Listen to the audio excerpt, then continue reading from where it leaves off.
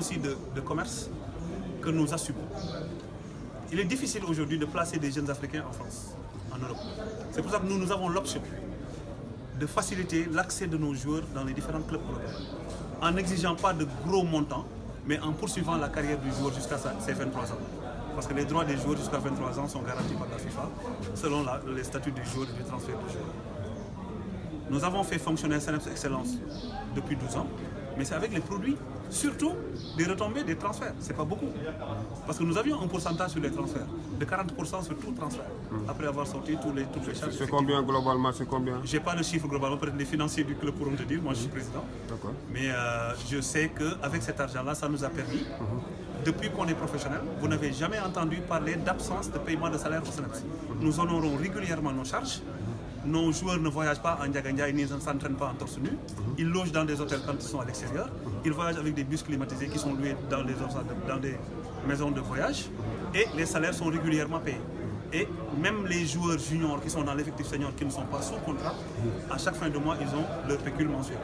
Donc tout ça demande des charges. Et aujourd'hui, on n'a pas de subvention municipale. Nous avons reçu 700 000 francs de la mairie l'année dernière.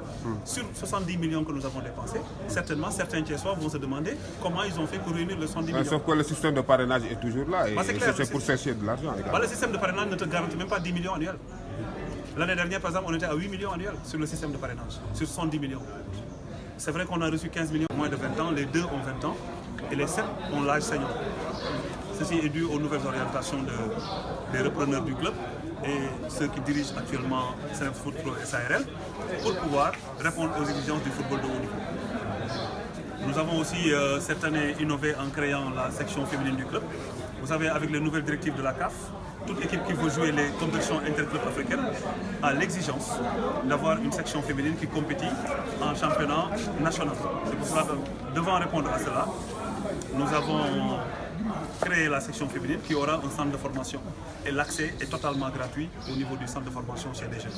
Vous avez ouvert un capital, vous l'avez dit tout à l'heure. Quel est l'intérêt du point de vue juridique par rapport au club? C'est clair que du point de vue juridique, déjà pour l'association, je sais que vous voulez parler de l'association déjà va se reposer de tout ce qui est charge. Vous savez, vous n'êtes pas sans savoir que les présidents des associations vivent difficilement les fins de mois avec la masse salariale à honorer, vivent difficilement les fins de semaine avec les budgets de match à honorer. Aujourd'hui, avec cette signature de convention, l'association CNEPS Excellence ne va plus débourser un seul rond pour satisfaire aux dépenses et aux exigences de fonctionnement du club. Donc aujourd'hui, ce sont les partenaires qui maîtrisent 85% du capital social, de la société, qui vont injecter 85%, mais eux, ils ont choisi de prendre en charge totalement les frais afférents au fonctionnement du club. Vous avez déjà également vendu des joueurs. Est-ce que vous commencez à avoir les retombées? Les retombées ont commencé depuis 2012. Vous savez, nous, on a un style de management, il faut certaines gymnastiques sur le plan managérial et sur le plan de la stratégie de communication, de la stratégie de mobilisation pour pouvoir avoir l'argent à dépenser. L'année passée, vous avez parlé de maintien. Cette année-ci, c'est quoi l'objectif? Nous jouons à la 12e place. Nous avons une équipe jeune. Cette équipe est préparée à exister dans le championnat vers la 6e ou la 7e journée. Nous savons qu'au début, normalement, si tout se passe bien, nous prenons des valises au début. Mais Inch'Allah, vers la 7e journée, nous allons exister. Et les Thiessois seront fiers de leur équipe. On va jouer au ballon, on va jouer crânement la 12e place. Pour que l'année prochaine, Thiès soit dans le championnat de Ligue 1. Pour que Thiès ne disparaisse pas de la carte de la Ligue 1. Autant dire que, voilà, comment on appelle? Est-ce que vous voulez dire que l'essentiel, c'est de participer? Non. Comme disait l'autre. Non. C'est tout objectif est encadré par des moyens.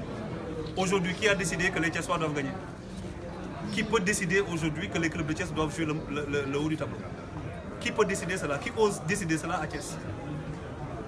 L'année dernière, les équipes qui ont joué le bas du tableau, qui sont descendues, c'est des équipes qui sont soutenues par leur mairie à hauteur de 50-30 millions.